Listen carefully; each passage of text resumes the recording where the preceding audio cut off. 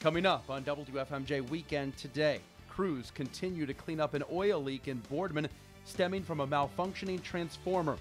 Warren officers use an overdose antidote just 1 week after receiving the kits.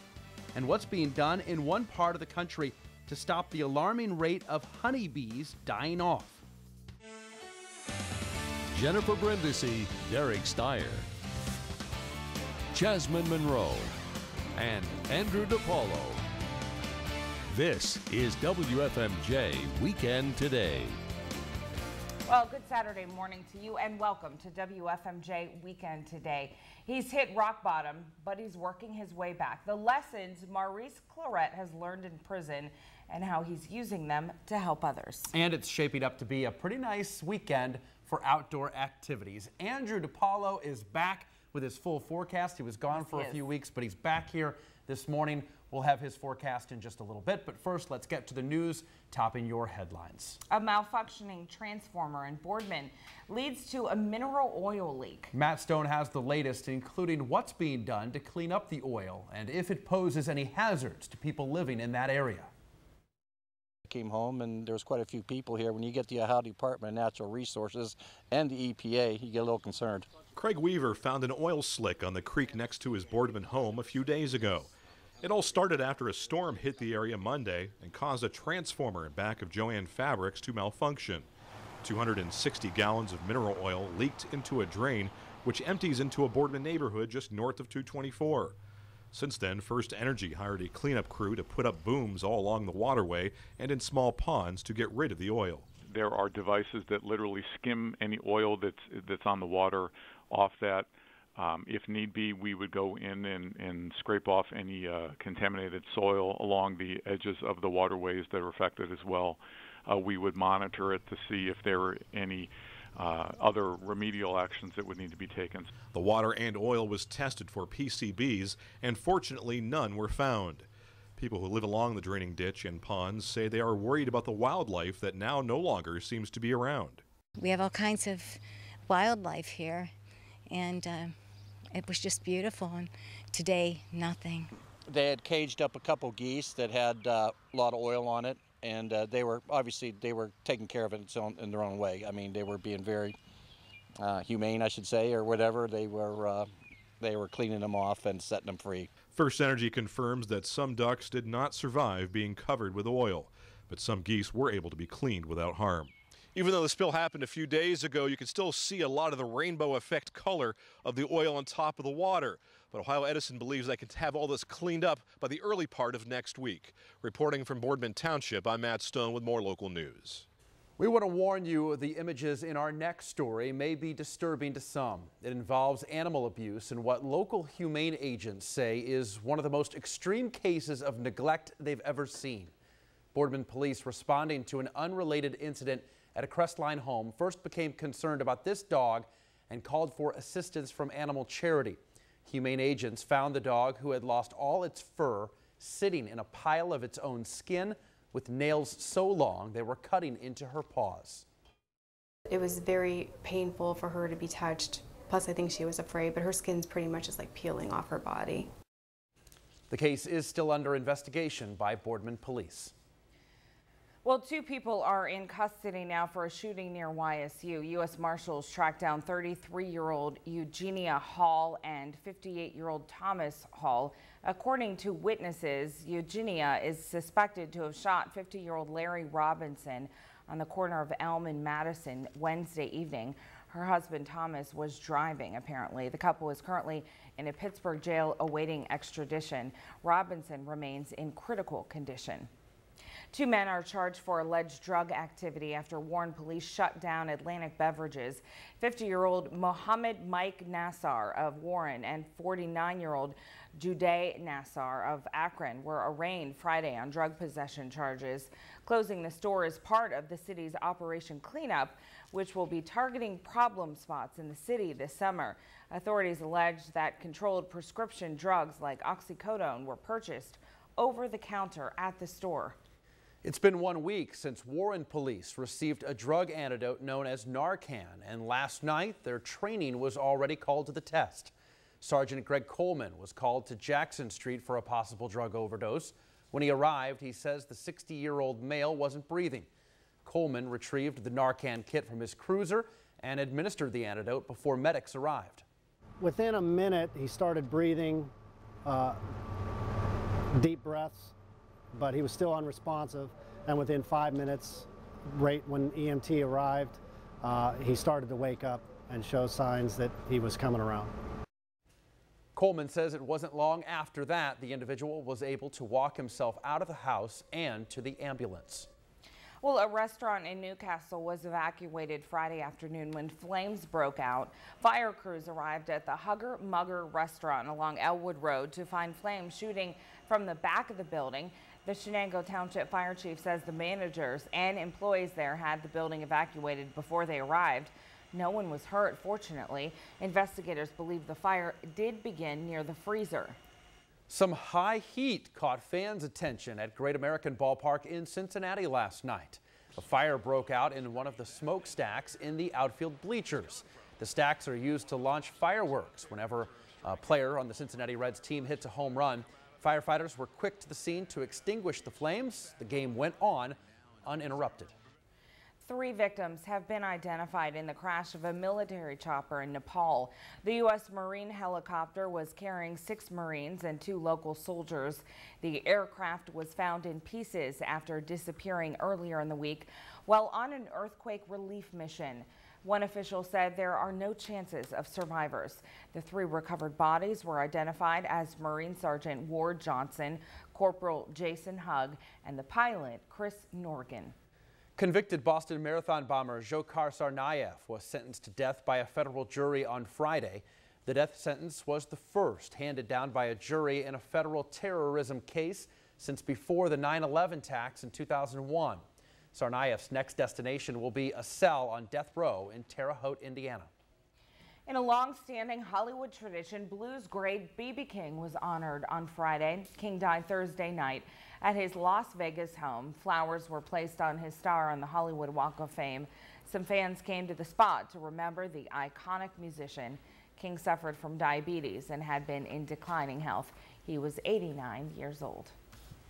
Well, the Warren community is rallying around a woman in her fight against cancer. Tiffany Simon is a waitress at the Mocha House. She was diagnosed last August with pelvic cancer. On Friday night, the coffee shop hosted a fundraiser in her honor. Simon tells 21 News she hopes the benefit serves as a reminder that not everyone battling the disease has family support. Organizers say those who want to help can drop off donations at the Mocha House located on High Street. And sometimes that family support is right there at work. Absolutely. As your family. Your work family, yeah, absolutely. A family comes in all different shapes and sizes. You better believe it.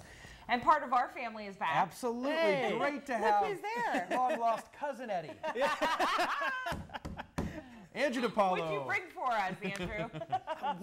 What time is it right now? Yeah. I am so confused. It's not 6 p.m. It's not 6. It's not 6. No, I'm like, I have 12 hours before I have to get to my next shift.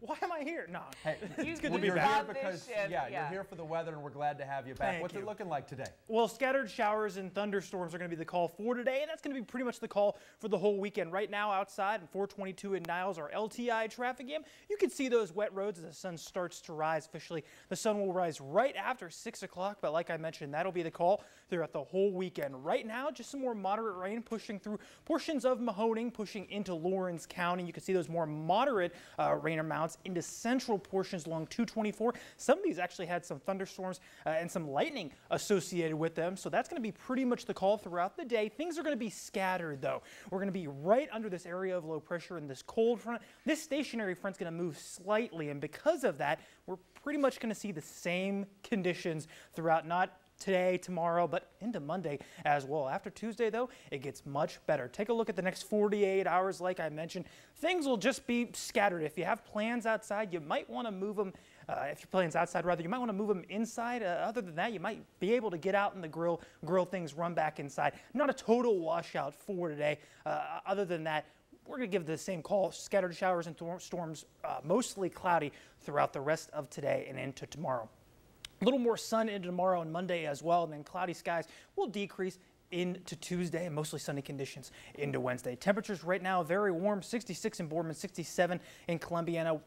low 60s up in Trumbull County, 63 at Warren, and 62 in Cortland. And we'll get into the mid 70s for today, but it's still going to be muggy. Look at these dew points, pretty close to our air temperature. 62 in Beloit, 62 in Warren, 58 in Cortland, and that's going to be the call actually throughout Sunday and into Monday as well. Next 20 hours, we'll get into the mid 70s, dropping into the low 70s throughout the evening, and then back into the mid 60s for tonight. That'll be our low around 65. Very warm and well above average for our low temperature, and a little bit above seasonable for our high temperature as well. So 76 will be the high for today. That'll be the call. Mostly cloudy. We'll get winds out of the southwest at 0 to 5 miles per hour. Like I mentioned, sunrise just at 6:03. So the sun is risen, and 65 for a low tonight. We'll have winds out of the south at 7 to 10 miles per hour. Looking at your 7-day forecast, after Monday, things get a lot better, Derek. 72 on Tuesday with some mostly cloudy skies. Wednesday will be mostly sunny, Thursday partly cloudy, then Friday mostly sunny. After a little dip in the temperature, 61 on Wednesday, we rebound back to 72 on Friday. Really not too bad at all, though. No, absolutely not. Thank you, Andrew. The Pittsburgh Steelers signed their third-round draft pick, wide receiver Sammy Coates. In the McDonald's Weekend Sports Wrap-Up, Mike Ackelson tells us the Browns also announced a signing. The Browns signed Cameron Irving to a 4-year deal yesterday. The 19th overall pick, a versatile lineman who can play all 3 positions. Irving's goal is to win a spot in training camp. He logged several snaps at right tackle during rookie minicamp, but is seen as a long-term replacement at center for Alex Mack, who's expected not to return next season. The Youngstown State football team kicks off the Bo Pelini era against the Pitt Panthers. Yesterday, the starting time for the season opener was announced, and they'll kick it off at 1 o'clock at Heinz Field. This is the first time the Panthers and Penguins have played since 2012 when YSU pulled off the big upset. For WFMJ Weekend Today, I'm Mike Ackelson. Well, they are known for some of the best breakfast food around the valley. Good stuff. Today, some hungry competitors will put it to the test, all for a good cause. What's coming up, Jasmine? That's right, Jen and Derek. We already have 2 competitors here this morning. Find out what Breakfast at Tiffany is doing for one local pet rescue company after the break. All right. Sounds good. Very good. Thank you, Jasmine. Coming up next, with the school year winding down, some students might want some extra credit to raise their final grades. How some California teens took matters into their own hands and wound up suspended.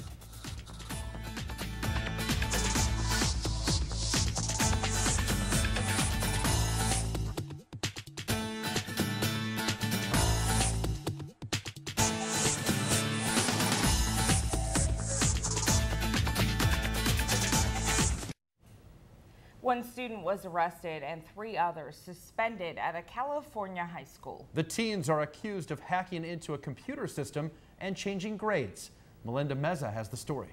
This is a betrayal of those efforts and of the trust that our staff has put in students. Dixon Unified Superintendent Brian Dolan says he's surprised and disappointed a student was able to hack into the school's grading system and change scores affecting 32 other students. School officials say there were at least 200 changes made since January.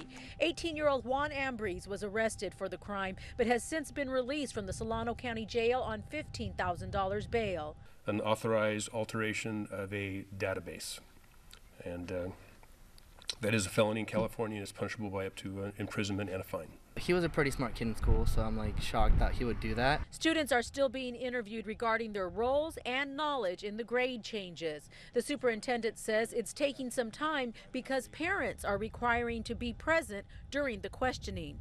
Police also say some students claim they were not aware their grades had been changed, while some admit to knowing about it.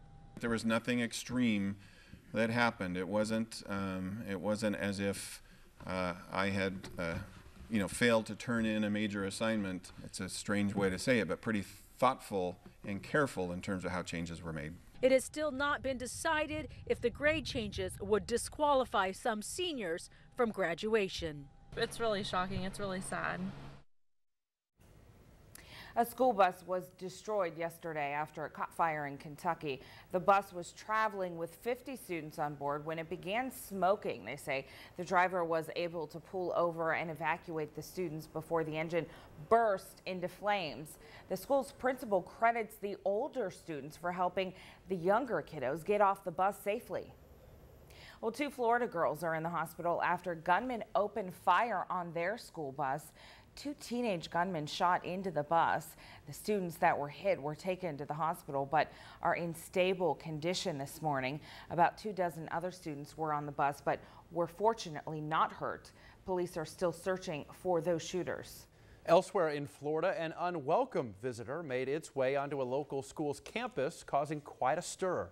An alligator was discovered on school grounds shortly before students were set to arrive. A professional trapper jumped on top of the gator and was eventually able to tie a rope around its hands and feet. Classes at the school began on schedule and no one was injured. How about that? Wow, the alligator wrangler came and wrangled them up. Wow, there's some good news for you. That's a job for you. So, right. So hungry contestants, we're going to hope to devour, not an alligator, but they are going to devour pancakes as they can do so later for a good cause. Yeah, it's the Pet Rescue Pancake Eating Contest happening in Sharpsville at Breakfast at Tiffany's. Jasmine Monroe is there now getting a preview of what's going on today. Hey, Jazz. Hey, good morning, everyone. Yes, we're here at one of our favorite places here with Breakfast at Tiffany's. This is Tiffany. It's a pancake eating contest that's going to benefit a animal shelter. Yes. That's right. All of our local pet rescues is going to benefit all of them. Now, how did you come up with this idea? Because pancakes, pets, both starts with P's. All of my babies are rescued, so and the community does so much. I wanted to give back, and the pancakes, as Mike Case calls them, the manhole covers, is a good way to bring people in and give it a shot. Now, these 2 girls have been coming here, she said, all her life. She's 20 years old, by the way, and she's 25. But they're sisters. And what's your name, honey? I'm Megan. Megan, and we have? Lauren. And you guys, how are the pancakes so far? Amazing, as usual. Of course they are. Now, Tiffany, this is something that you care so much about. Is this something that you're going to continue to do? Yes, this is our 3rd one. We usually go every other year on it. Yeah, this is our 3rd. I'm hoping to raise a lot of money. We have a huge auction, 50-50. It's going to be huge. What's some of the things that's going to be in that auction? Oh my gosh, there's so many. The community really came together. We have Starbucks, Bath and Body. We have the local businesses that donated. We have Warner Ladder. Everybody's saying they're going to win the ladder. I can't even get into my office. It is so packed with Chinese auction items. All right, now I'm seeing Bath and Body Works. That's one of the things that I do love, all the smell goods there. So while they continue to eat the pancakes, we're going to try to get this all situated over here and see some of the things that's on this 50-50 raffle. If anyone's interested in coming out, what is the time that this all kicks off? It starts at 5 o'clock and ends at 7. And some news for everyone who loves Breakfast at Tiffany's is your doors will be closing at 12:30, right? 12:30 sharp today. Yeah, we have to close early to get ready for the event. All right, good luck to you guys today. I'll have more from Breakfast at Tiffany's coming up. Don't go away.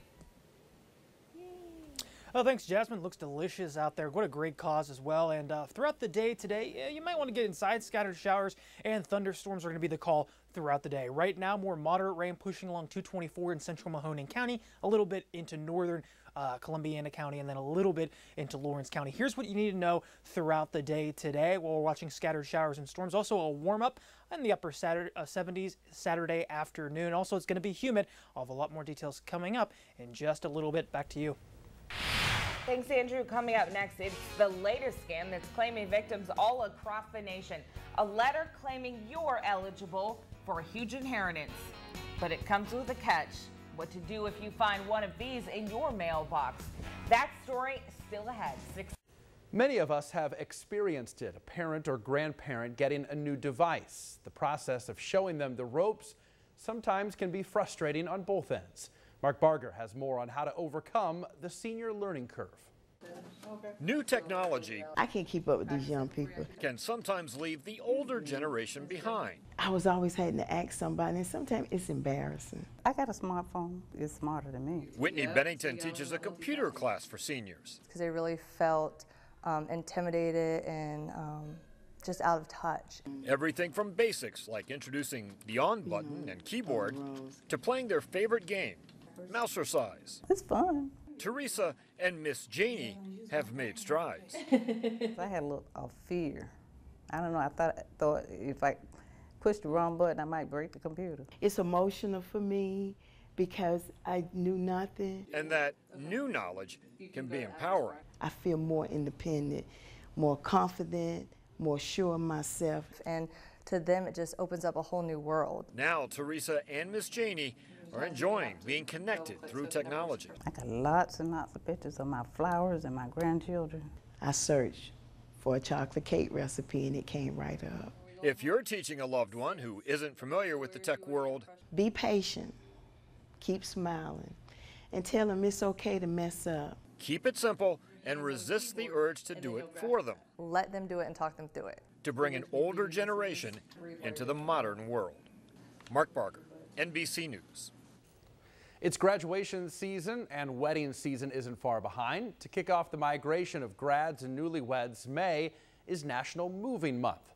The busy summer moving season is upon us, and with that comes scam artists looking to take advantage of unwary customers. The Better Business Bureau urges consumers to get 3 estimates to make an informed decision and keep copies of all paperwork.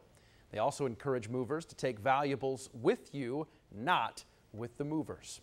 Today is Armed Forces Day, and in honor of that, Harley-Davidson will begin its free Learn to Ride program to those who serve or have served our country. The program is open to active duty and retired service members, reservists, and veterans. Military members can visit any Harley-Davidson dealer to take advantage of the offer. The program will run through the middle of September. Well, it is the latest scam targeting large numbers of people across the nation. As we found, this is a case where the promise of big money could end up costing you big time. If you receive a letter like this one saying you're eligible for a huge inheritance, read it carefully. They had a deceased relative who left millions of dollars in a bank vault in Spain, and that they needed to send processing fees in order to get this money. Between $1,300 and $1,500 to claim what the letter says is the abandoned sum of money.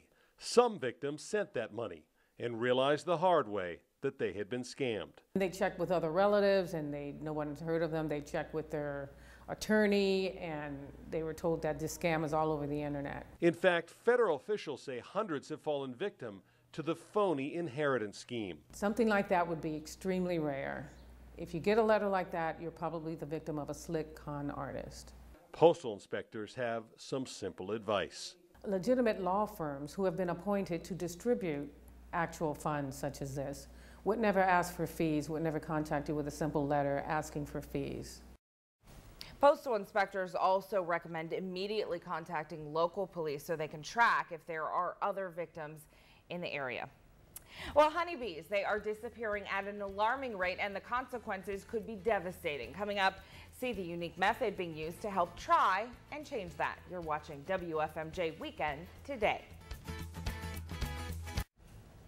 Fallen police officers were remembered in Washington, D.C. on Friday. President Obama says we have to heal the rifts between law enforcement and the public. Steve Handelsman reports from the Capitol. In rural Arkansas, a deputy was shot dead on the job, and another in South Carolina critically wounded.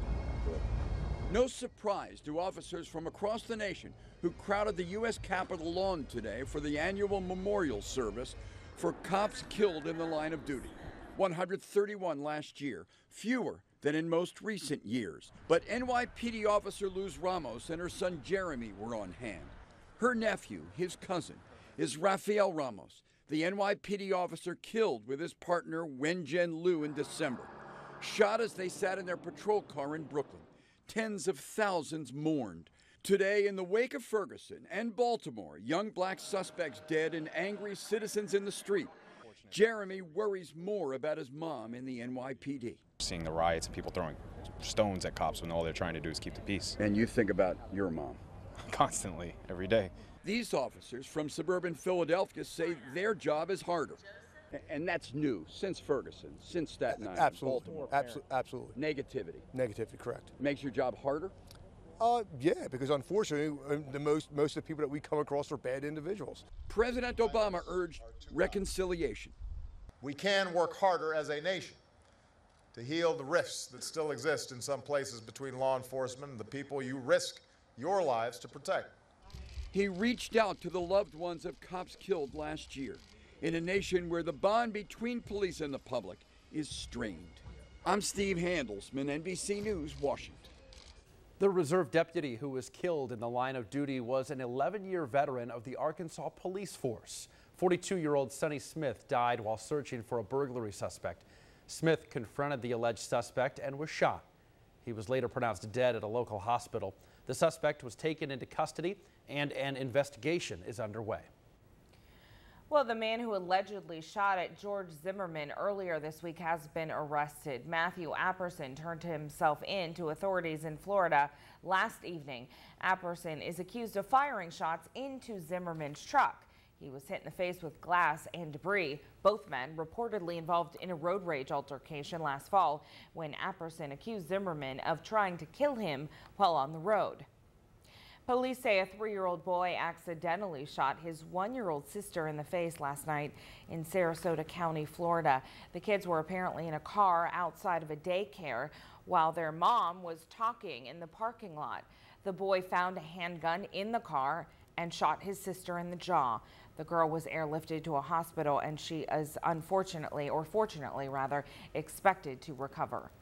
New York City's police commissioner recognized 2 very generous little girls on Friday. The 2 sisters from Wisconsin donated their Christmas money to a charity helping the families of 2 fallen NYPD officers. The sisters gave $20 each after hearing their parents talk about the 2 officers who were shot to death last December while on duty. It just hit me seeing the funeral procession and seeing images of his family members. And I told my husband, Craig, the girls' dad, who's here also, that we really needed to do something. And it was at that moment that... Because of their generosity, the 2 girls were selected to lead a stair climb at One World Trade Center tomorrow. The event will raise money for fallen officers. An Iowa company believes they may have created a vaccine to protect poultry from the avian flu. Harris Vaccines plans to test it on turkeys, chickens, and ducks to determine the effect it will have. It's been 1 month since the bird flu outbreak began in Iowa. As a result, more than 25 million birds will eventually have to be euthanized. Harris Vaccines is the same biotech firm that developed a vaccine for the H1N1 outbreak and the PED virus that killed millions of hogs last year. Bluebell Creameries, meantime, says it will lay off 1/3 of its workforce following a halt in production due to a listeria outbreak. The listeria illness were linked to Bluebell ice cream and killed 3 people. That led to a nationwide recall of all of the company's products. Now they are announcing that more than 1,400 employees are losing their jobs and about 1,400 more are being furloughed. More than 2 out of 5 honeybees in the United States died last year, and their loss could be devastating. Reporter Josh Helmuth learned about a new unique effort being used to save bees native to the state of Kansas. More than 2 out of 5 honeybees in the U.S. died last year, and the loss of native bees in Kansas could be devastating. It would have major impacts on human beings and our abilities, in particular, to grow enough food. Unlike honeybees, which live in hives and were imported from Europe in the 1800s, many native bees here are solitary. Some think the bees are dying off because of habitat loss, so local architects teamed up with KU to build them a place to stay, a hotel for bees. Bee hotels are to provide that habitat, so they're little tubes so that they can crawl in individually and do their work and live. You use a lot of standard building principles that we actually use in buildings. You turn the building away from the storms and from the rain and from the prevailing winds. You turn it towards the sun, so in the morning the bees warm up before they go out and do their work. This bee hotel right here is made out of bamboo, blocks of wood, even rolls of paper, and will house as many bees as there are holes. The Bee Hotel is located just outside of Lawrence and KU's field station and contains several holes or rooms with different diameters, each meant to house a different species of bee. The more bees that are saved, the more our plants thrive, such as the wild blue indigo. If there were no bumblebees, this plant would have a very hard time surviving. If we can take care of these bees, then we can have fruits and vegetables and tomatoes, even if there's problems with honeybees. There may be plenty of vacancy on this rainy day, but this bee hotel, which opened May 2nd, is expected to fill up by this summer. All right, there you go. Save the honeybees. Yes, yes, yes, yes. All right, Andrew DePaulo. Hey. Now, hey, good morning. You have anything to add to that, Andrew? Yeah. Lots of buzz around this weather. Whoa. That's the best I can do. That was a terrible joke. No, don't laugh at that. It was not funny. It was not funny. I think everything you say is funny, actually. Thank you. Well, I think you're very witty. The puns are back. Yeah, the puns yes, are back. It's good to have you, for sure.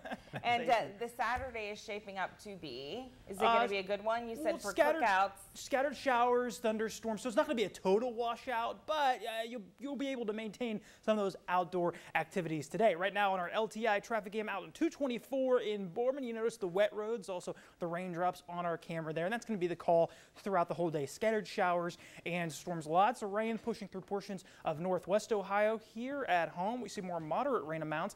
Also some lightning associated with these cells pushing along 224 into central Mahoning, northern Columbiana, and into Lawrence County right now. Some areas might see some thunderstorms, also some lightning throughout the day. We are under this cold front in this area of low pressure, so we're going to get some showers and thunderstorms. This stationary front is begin to shift east, and as it does, we're going to expect the same conditions over the next 48 hours through Wednesday and a little bit into Tuesday. So by 11 a.m. today, expect mostly cloudy skies throughout the day. We won't see much sunshine today with these showers and storms. And Monday, though, we might be able to get a little bit of the sunshine out there. We're going to still call it mostly cloudy. Tuesday is when the clouds are going to start to break up. We'll see more sunshine into Wednesday, definitely. Beautiful end of the week and into the weekend. So far in May, we've had about an inch, a little more than an inch of rainfall. We're about almost 700 or 7/10 below average, and we'll add to that a little bit here today and then through the weekend. Temperature-wise, we're into the mid-60s. We'll be humid as well. 67 in Columbiana, 65 in Boardman, 64 in Sharon, and then low 60s still in Trumbull County. But the dew points still pretty close to the air temperature right now, into the low 60s, mid-60s even in some spots. 59 over in Elwood City, but 63 in Lisbon, and then 63 in Warren, and 58 degrees in Cortland for your dew point. As we take a look at the air temperature throughout the day, we'll be into the low 70s, getting into the mid 70s for today. So despite the rain, it's going to be warm. If you don't mind being outside with the rain, it's going to be a warm day. Beautiful day to get out there, maybe get a run in. I don't know about a bike ride, but if you have any outdoor plans, not total washout, but definitely keep that umbrella wherever you go today. We'll be back through into the mid or low 70s throughout tonight in through the evening. Going into tonight, though, we're still going to keep the chance for a shower in there. We'll drop out of the 70s back into the mid 60s, still well above average for our low temperature tonight. So a warm one, though we are accompanied by some showers. 76 for high today with the southwesterly wind at 0 to 5 miles per hour. Sun rose today at 6:03 a.m. and then going into tonight, the sun will set at 8:35 p.m. 65 for a low. We'll still call it mostly cloudy with a few showers. The winds out of the south, 7 to 10 miles per hour. Looking at your 7-day forecast, well, we'll keep the same conditions through Monday. Tuesday, everything starts to break up. So we see the light at the end of the tunnel literally on Tuesday with 72 for a high. We'll be warmer on Monday, though, with 81 dip. About 10 degrees on Wednesday with mostly sunny conditions, so we rebound into the weekend. Derek, back to you. All right. Thank you, Andrew. Absolute heartbreaker for the Pittsburgh Pirates last night. 12th inning, game tied 10-10 against Chicago. Cubs have the bases loaded with one out. Matt Scherzer pops up to shallow right. Should be an out, right? Yeah. Gregory Polanco trips over his own feet and the ball falls in play. It's a walk-off single. Cubs win. Cubs win 11-10. Just a painful loss for the Buccos. They'll try to rebound today at 4:05. Garrett Cole will go for his 6th win of the season, and I promise I'll never do Harry Carey again. Nick Swisher had 3 hits, his first 3 RBIs of the season, and the Cleveland Indians beat Texas 8-3 last night. Jason Kipnis singled 4 times. Michael Brantley reached base in all 5 of his trips. Danny Salazar will toe the rubber for the Tribe tonight, 8:05, first pitch.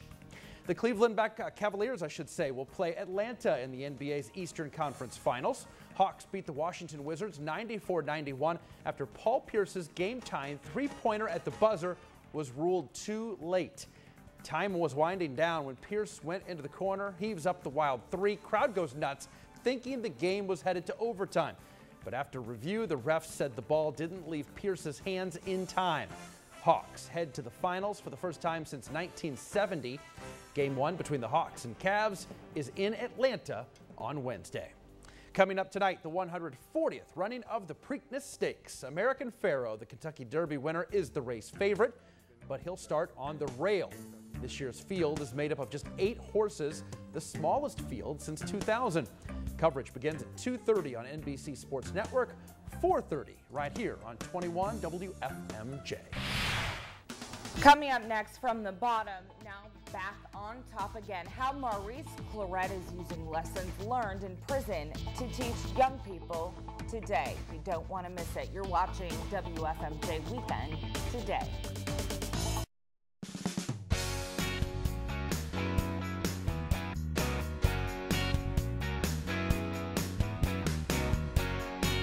A little bit of a cloudy start to your day. Maurice Clarett appeared to have the world at his fingertips, considered the best prep football player in the state, then helped lead Ohio State to a national championship as a freshman. The NFL looked like a real possibility. So how do you let all that just slip away? Clarett can only say poor choices and bad decisions, and he vividly remembers the one that almost ended it all. August 9th, 2006. The day Maurice Clarett hit rock bottom. I was like, I'd rather die than be in this situation. Armed, drunk, and wearing a bulletproof vest, Clarett led police on a chase after failing to stop for a traffic violation. He was prepared to end the situation with a shootout. And that was more like from the desperation of like just being tired of living, you know what I mean? Understanding that if I did have a shootout, they would kill me, and I was just totally fine and cool with it at that moment. But that moment passed, and Clarett was arrested without incident. A month later, Clarett agreed to plead guilty to armed robbery from an earlier case. He was sentenced to 7.5 years in prison. It was there his mindset changed. I just started to realize that my life was worth more than what it was at. While in prison, Clarett made a vow that once he got out, he would never come back. So the same ambition he had toward football, he applied toward educating himself, reading as many books as possible. But Clarett admits change didn't come easy.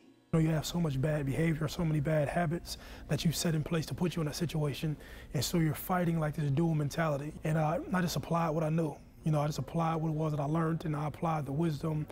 After 3.5 years of time served, Clarett was released. You understand how to get your life back on the right track. He now tours the country as an educational speaker, hoping his story will inspire young people to really think about the choices they make. His message: surround yourself with positive people.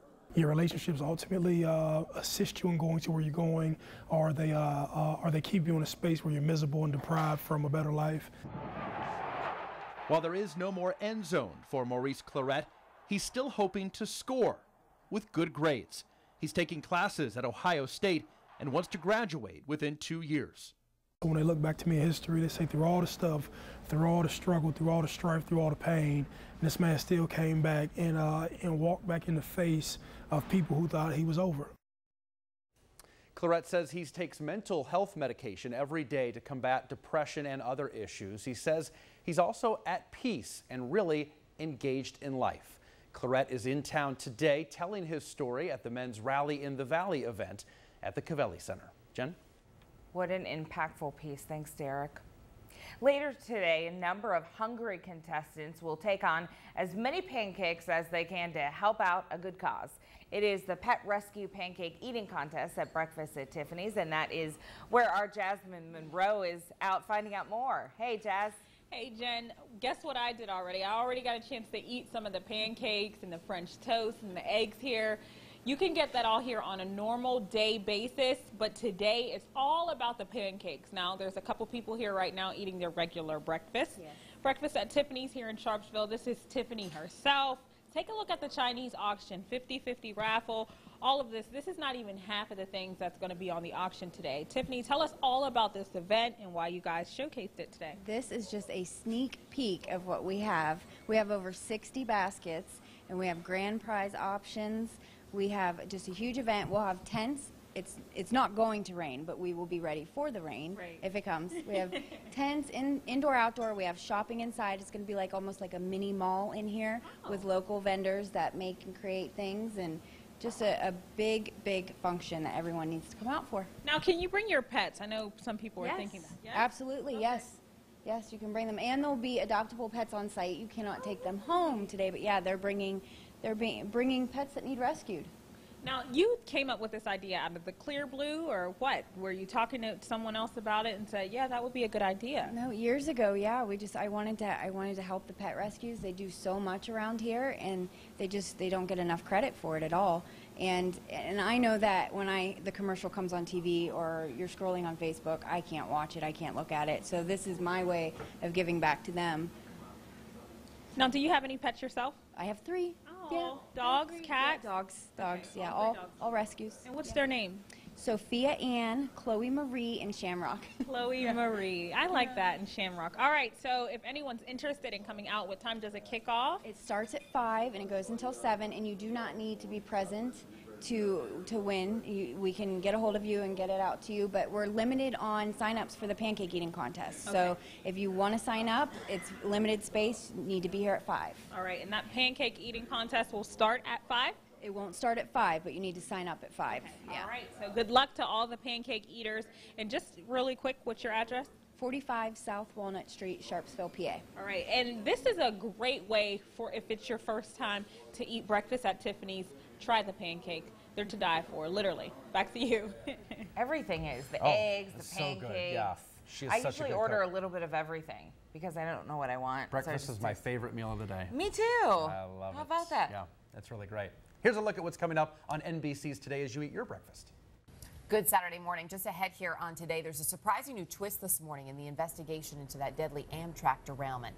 Now looking at whether the train could have been targeted. We'll have the very latest in a live report. Also ahead, a Kentucky family fighting to get their 10 children back, taken away because the parents have chosen to live in a shack with no running water. We're going to get into this raging debate.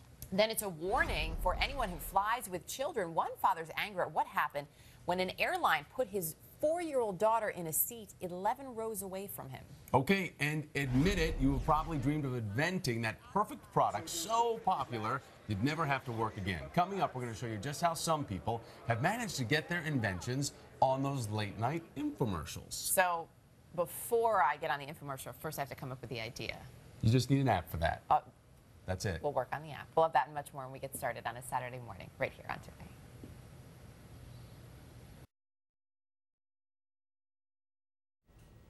All right, we'll be right back to wrap up this hour. Don't go away.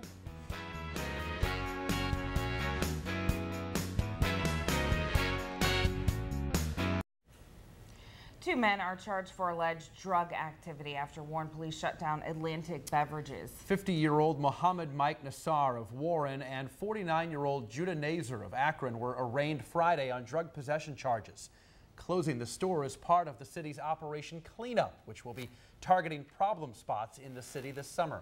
Authorities allege that controlled prescription drugs like oxycodone were purchased over the counter at the store. A former employee at George Junior Republic has pleaded guilty to sexual assault charges. 26-year-old Sarah Trumfor was charged after an investigation involving students at the private correctional facility. The Pine Township woman will be sentenced in August.